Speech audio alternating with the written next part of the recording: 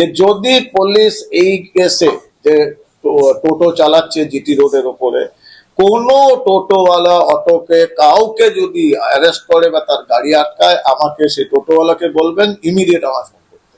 আমি আজকেই বেশ কিছু ফোন পাচ্ছি যে জিটি রোডে নাকি টোটো চালা, ওখানেও বন্ধ করে দেওয়া হয়েছে।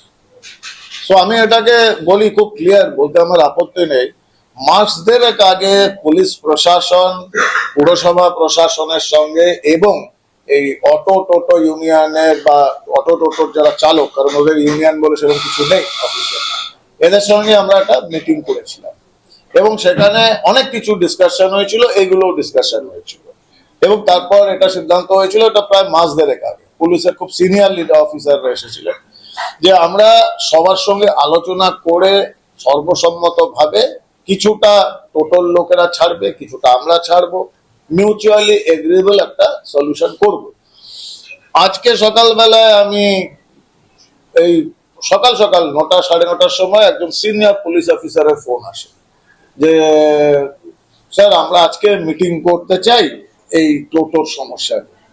তার আগে আমার কাছে ফোন আসে আমাদের কিছু সাংবাদিক বন্ধুর কাছ থেকে, আমাদের পার্টির লোকের কাছ থেকে, যে টোটোর চালকদের নিয়ে বালিখাল এলাকাতে সমস্যা হচ্ছে, অ্যাজিটেশন হচ্ছে, পুলিশ নাকি ধরছে, আটকাচ্ছে।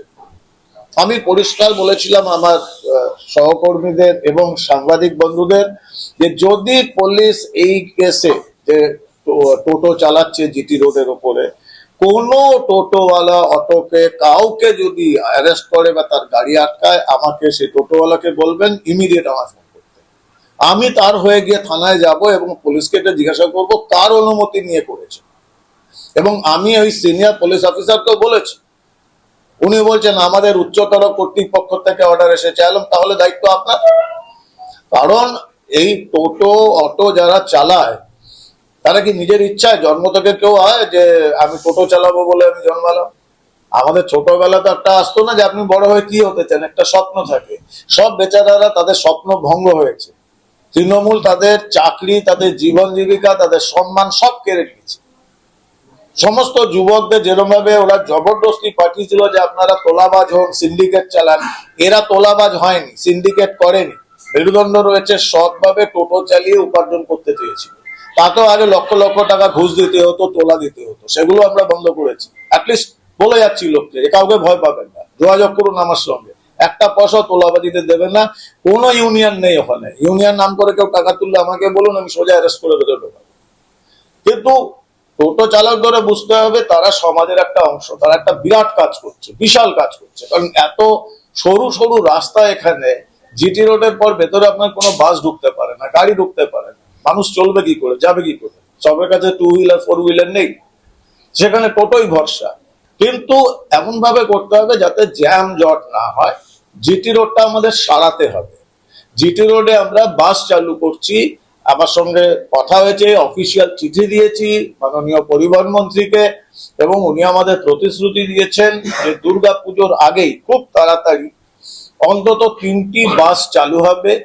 বালিখাল বা রিষ্টা থেকে চালু করব আমরা একটি বাস, যেটা আগে 3 নম্বর রুট ছিল, এটা বন্ধ হয়ে গেছে, ওটা হবে। একটা সেক্টর 5 এর জন্য হবে, আর একটা এসপ্ল্যানেড এর জন্য হবে, একটা শ্যামবাজার। 3টি চালু করা হবে apart from route number 3। Plus আমরা চেষ্টা করছি ওই ওয়াটার ট্যাক্সি আমরা চালু করছি, ওয়াটার বাস, সেটাও আমরা চেষ্টা করছি শ্রীরামপুর থেকে বাবুঘাট। না ওই বাস রুটে এই জিটি রোডের যা অবস্থা, সেখানে যদি আবার স্টেট বাস বা বড় বাস ঢুকে যায় তাহলে ভয়াবহ অবস্থা হবে।